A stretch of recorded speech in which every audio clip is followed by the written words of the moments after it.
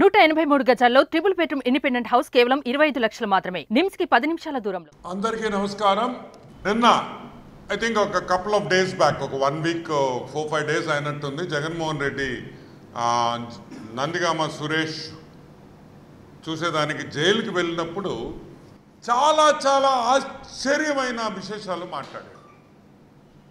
Half ticket Jaganmohan Reddy jail కాడ తన second home, తన హాలిడే రిసార్ట్కి చూడంగానే, జైలు చూడంగానే ఆనందం పొంగి ఏదేదో చాలా చాలా విశేషాలు మాట్లాడారు. ఒక 1 or 2 పాయింట్సే మనం డిస్కస్ చేస్తాం. తెలుగుదేశం పార్టీ, అమరావతిలో ఉన్న తెలుగుదేశం జాతీయ ఆఫీస్ మీద దాడి, వైసీపీ వాళ్ళు చేసిన దాడి శాంతియుతంగా చేసిన నిరసన.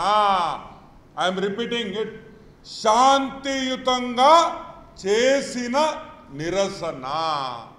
ఫ్రస్ట్రేషన్లో, కోపంతో, బ్లడ్ ప్రెషర్ పెరిగి కోపంతో చేసిన, శాంతియుతంగా చేసిన నిరసన.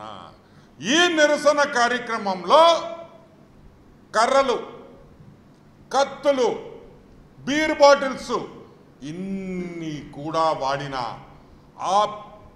మన హాఫ్ టికెట్కి, మన హాఫ్ టికెట్ మాజీ ముఖ్యమంత్రికి అది శాంతియుత నిరసనగా ఆయన వర్ణించాడు. ఓకే, తెలుగుదేశం పార్టీ ఆఫీస్ మీద జరిగిన దాడి ఒక నిరసన కార్యక్రమమే, నేను ఒప్పుకుంటున్నా, నేను స్వయంగా ఒప్పుకుంటున్నా. అది నిరసన కార్యక్రమమే, వేరేది కానే కాదు. కోపంతో, ఫ్రస్ట్రేషన్తో రగిలిపోయి చేసిన నిరసన. మా ఆఫీస్ అద్దాలు పగలగొట్టారు, ఓకే. కార్లు ధ్వంసం చేశారు, ఓకే. ఆఫీస్లో దూరి కెమెరాలు పగలగొట్టారు, ఓకే.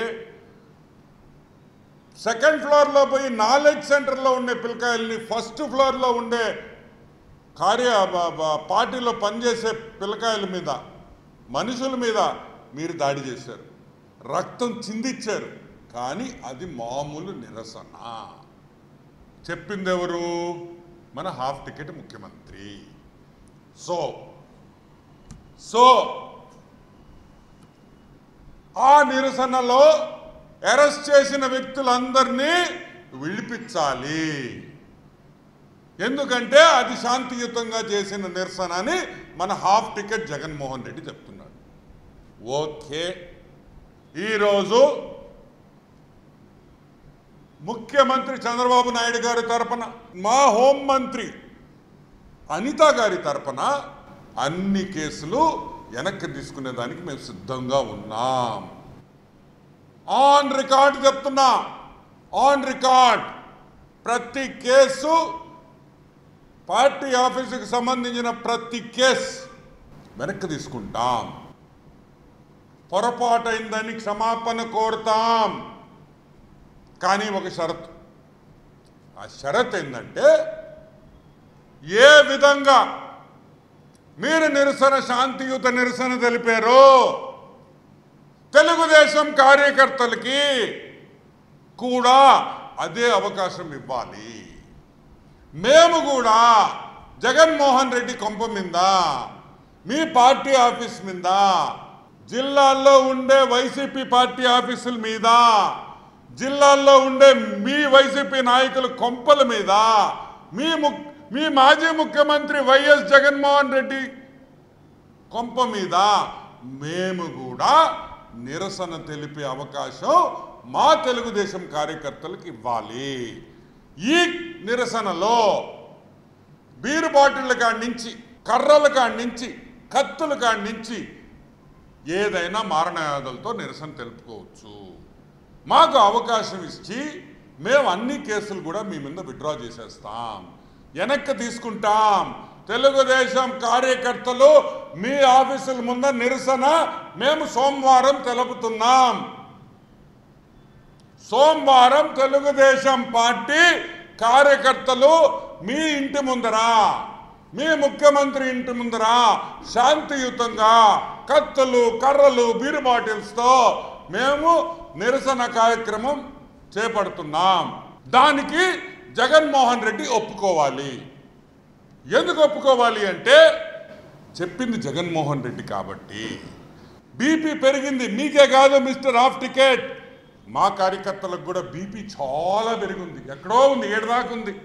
ఇంకొంచెం అయితే పగిలిపోద్ది తల, అంత ఫ్రస్ట్రేషన్లో ఉన్నాం మేము కూడా. మాకు కూడా బీపీ వచ్చేసింది, మాకు కోపం ఉంది. మా కోపం తగ్గాలి, మా బీపీ తగ్గాలి. మీ కార్యకర్తలు ఏ విధంగా బీపీ తగ్గించుకున్నారో మేము కూడా బీపీ తగ్గించుకోవాలి. కాబట్టి మీరు మీ కరపత్రం సాక్షి, నీకు సంబంధం లేదు, జగన్మోహన్ రెడ్డి ఆఫ్ టికెట్కి సంబంధం లేని సాక్షి కరపత్రిక, వైఎస్ భారతి గారు ఓనర్షిప్ ఉండే సాక్షిలో మీరు ఒక న్యూస్ వదలండి, వెయ్యండి, ముద్రించండి. మీరు శాంతియుతంగా నిరసన తెలుపుకునేదానికి వైసీపీ పార్టీకి మాకు ఎటువంటి ఇబ్బంది లేవు. మా తెలుగుదేశం పార్టీ ఆఫీస్ మీద జరిగిన దాడి ఏ విధంగా జరిగిందో అదే విధంగా మీ కొంప మీద, మీ ఆఫీస్ మీద మేము కూడా దాడి చేసి శాంతియుతంగా చేస్తామని కూడా మేము మనవి చేస్తా ఉన్నా. Simple point. అదేదో చెప్తుంటావు, దట్ మడం తిప్పం అండర్వేర్ మార్చం, సంథింగ్ లైక్ దట్, నాకు కరెక్ట్ గుర్తు రావట్లేదు. ఏది మడం తిప్పం అండర్వేర్ మార్చం, ఆ టైపులో నువ్వు మాట మీద నిలబడేవాడివి. నువ్వు అండర్వేర్ మార్చవు కాబట్టి నువ్వు మాట మీద నిలబడతావు. నువ్వు మాట మీద నిలబడాలా, నువ్వు ఒప్పుకోవాలా. అన్ని కేసులు విత్డ్రా అయ్యి వైసీపీ కార్యకర్తల్ని నువ్వు కాపాడినోడివి అవుతావు. మేము మొత్తం విత్డ్రా చేసేస్తాం. ఒకే ఒక రోజు చాలు మాకు, సోమవారం ఒక్కరోజు అంతే. దాంతో నిరసనలు అన్నీ ఆపేస్తాం. No more, close, story over. మా కోపాలు తగ్గిపోతాయి.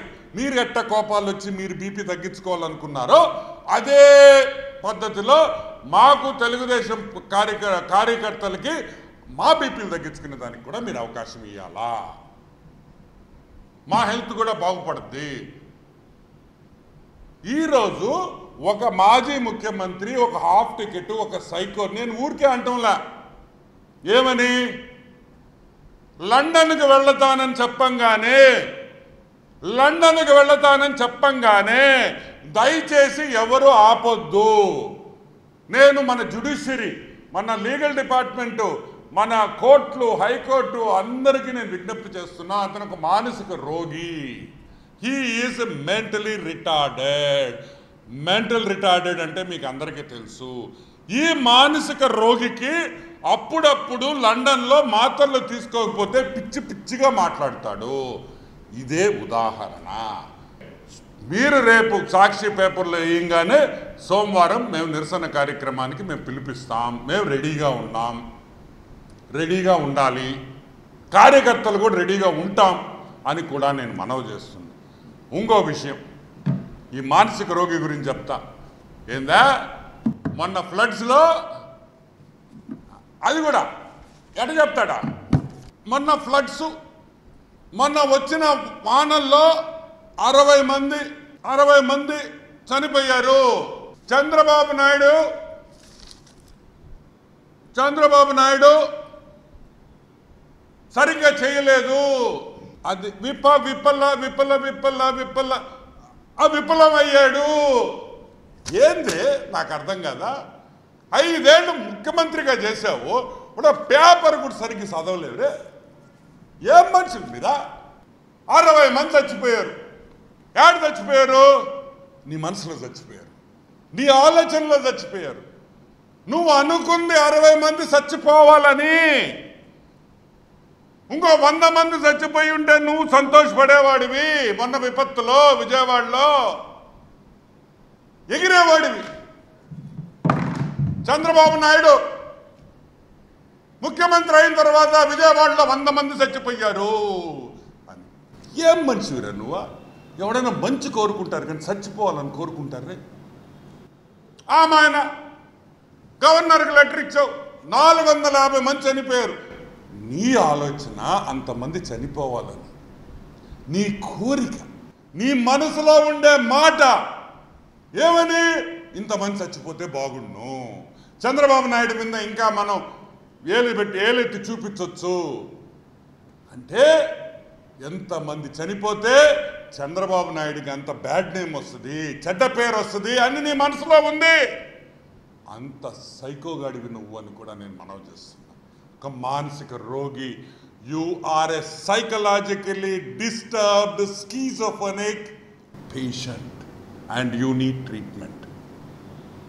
ఎందుకంటే మనుషులు చనిపోవాలని ఎవ్వరు కోరుకోరు, హత్య చేయాలని ఎవ్వరు కోరుకోరు, మనుషులు వందల సంఖ్యలో చనిపోవాలని ఎవ్వరూ కోరుకోరు. ఏ ఎదవ కూడా బోట్లు వదలడు. ఏ ఎదవ కూడా బోట్లు వదిలి ఒక బ్యారేజీ మునిగిపోయి పగల గేట్స్ అన్ని బ్లాస్ట్ అయ్యి ఆ బోట్ల వల్ల జనాలు చనిపోవాలని ఎవ్వడు అనుకో. రాష్ట్రం బాగుండాలా, మా ఊరు బాగుండాలా, మా వాళ్ళందరూ బాగుండాలా అని అనుకున్న రకాలు. కానీ ఈ పెథలాజికల్ హేట్రెడ్ ఉండే స్కీజోఫ్రెనిక్ పేషెంట్ ఆలోచన ఎప్పుడు సావు మీదే ఉంటుంది, సంపేదాని మీదే ఉంటుంది, చనిపోవాలని ఆలోచనలు ఉంటాయని కూడా నేను మనవి చేస్తా ఉన్నా.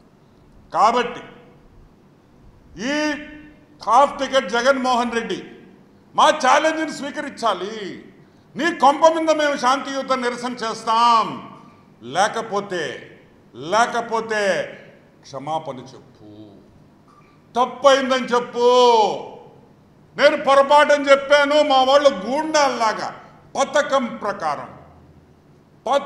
ప్రకారం కత్తులతో, కర్రలతో, బీర్ బాటిల్స్తో వచ్చి తెలుగుదేశం పార్టీ మీద, ఆఫీస్ మీద అటాక్ చేశాము, దాడి చేశామని చెప్పు. సిగ్గుంటే, లేదంటే మేమిచ్చిన ఆఫర్ తీసుకో. అన్ని కేసులు విత్డ్రాన్, ఇంకా నో మోర్ కేసెస్, సింపుల్. మేము కూడా ధర్నా చేస్తాం, ఎటువంటి కేసులు ఉండవు. ఎందుకంటే మీరు కేసులు కూడా పోలీస్ స్టేషన్లో చెప్పరు, ఎందుకంటే అది శాంతియుతమైన నిరసన ర్యాలీ కాబట్టి. వెంటనే ఈ ఛాలెంజ్ స్వీకరించాలి. లేదా నేను చేసింది తప్పు అని చీర కట్టుకొని, గాజులు వేసుకొని, మల్లెపూలు పెట్టుకొని మీ సాక్షి పేపర్లో ఒక ఫోటో అన్న ఇచ్చుకోని కూడా నేను మనవి చేస్తున్నాను. ఎందుకంటే మాట అంటున్నాను తెలుసా, దేనికైనా ఒక లిమిట్ ఉంటుంది. ఇష్టం వచ్చినట్టు రావడం, కెమెరాల ముందర ఒక తొక్కలో పేపర్ ఒకటి ఇట్లా పెట్టుకోవడం, ఏంద్రే పేపర్ చదవలేవరే సరిగ్గా. నువ్వు ఒక పెద్ద నాయకుడివి, దాని పక్కనే మా అక్క పాపం, ఒరే ఆడు మనిషి ఏదో వచ్చిందనుకో నీతో, ఏంద్రే పాపం ఎంత బాధేసింది తెలిసినాక. రజనీ మా తల్లి రజనీ, ఆ జనాల్లో వాళ్ళు తోస్తా వీళ్ళు తోస్తా, ఏం కర్మ, అవసరమా? నువ్వు ఎంత అన్ఈజీగా ఫీల్ అవుతున్నావో నేను చూసా ఆ రోజు కెమెరాలో. పాపం ఆడ మనిషి గౌరవించండి రా, ఒక ఆడ మనిషి ఇస్తే స్థలం ఇవ్వండి రా, అక్కడ కూడా వదలరు రే మీరా. యూజ్లెస్ ఫెలోస్, చిచ్చి అసహ్యం వస్తుందిరా మిమ్మల్ని చూస్తుంటే. కాబట్టి వెంటనే ఛాలెంజ్ స్వీకరించాలి. కేసులు విత్డ్రా చేసేదానికి, కేసులు వెనక్కి తీసుకునేదానికి మేము సిద్ధం. We are ready. ఛాలెంజ్ తీసుకోండి, స్వీకరించండి. మా నారాయణ సారు మున్సిపల్ శాఖ మంత్రివర్యులు ఒక జాబితా రిలీజ్ చేశారు. 26 లేఅవుట్ల లిస్ట్, ఎన్ని 27 లిస్ట్, 40 అన్ఆథరైజ్డ్ లేఅవుట్ల లిస్ట్ ఇచ్చారు. కరెక్ట్గా తెలుగుదేశం ఆఫీస్ నుంచి, నెల్లూరులో పార్టీ ఆఫీస్ నుంచి కరెక్ట్గా 300 మీటర్లలో నిన్న మొన్న 3 రోజుల నుంచి 3 అపార్ట్మెంట్లలో 4th ఫ్లోర్ 5th ఫ్లోర్ వేస్తున్నారు. నేను అడుగుతున్నా ఈరోజు ఈ కార్పొరేషన్ వాళ్ళని, మంత్రి లిస్ట్ ఇచ్చిన నడి బొడ్డు నెల్లూరు నడి బొడ్డులో వాళ్ళ పాటికి వాళ్ళు వేసుకుంటా ఉంటే అసలు లెక్కలేదా మీకు మంత్రి అంటే? అసలు మంత్రి అంటే లెక్కలేదు, భయం కూడా లేదా? ఏది మీ ధైర్యం అంటున్నా? ఎక్కడి నుంచి వచ్చింది ఈ ధైర్యం అంటున్నా? ఎవరిచ్చారు మీకు ఈ ధైర్యం అని అడుగుతున్నా. హూ గేవ్ యూ ఇంత ధైర్యం? అడ్డగోలుగా నారాయణ సార్ జాబితా ఇస్తే మీ పాటికి మీరు వేసుకోండి అని చెప్పి ఆఫీస్ ఖర్చులు. ఇప్పుడు లంచం కాదండి, నెల్లూరులో లంచాలు లేవు, ఓన్లీ ఆఫీస్ ఖర్చులు, ఆఫీస్ ఎక్స్పెండిచర్ అని ఒక కొత్త పదం సృష్టించి ఆఫీస్ ఖర్చులు అని చెప్పి కార్పొరేషన్ వాళ్ళు అడ్డగోలుగా డబ్బులు తీసుకొని, నారాయణ అయితే ఏమి ఒక్క జాబితా ఇస్తే బొక్కల జాబితా అని చెప్పి మీ పార్టీకి మీరు మంత్రిని లెక్క చేయకుండా మీ పార్టీకి ఆఫీస్ ఖర్చులు అని చెప్పి డబ్బులు తీసుకొని మీ పని మీరు చేసుకుంటారా? మంత్రి అయితే మాకేంటి, ఏం పేకుతాడు మంత్రి అని మీ కార్పొరేషన్ అఫీషియల్స్ అనుకుంటున్నారా? అంటే ఇంత తెగిచ్చారా అని అడుగుతున్నా. ఇంత భయం లేకుండా ఉందా అని అడుగుతున్నా. ఏం మీరు నారాయణ సార్ తక్కువ అంచనా వేస్తున్నారు?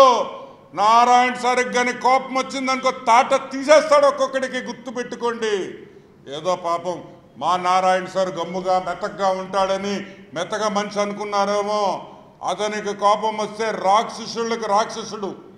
అర్థమైందా? ఇప్పుడు కన్నా ఆపండి. నారాయణ సార్ సహనాన్ని పరీక్షిద్దని కూడా నేను మనవి చేస్తా ఉన్నా.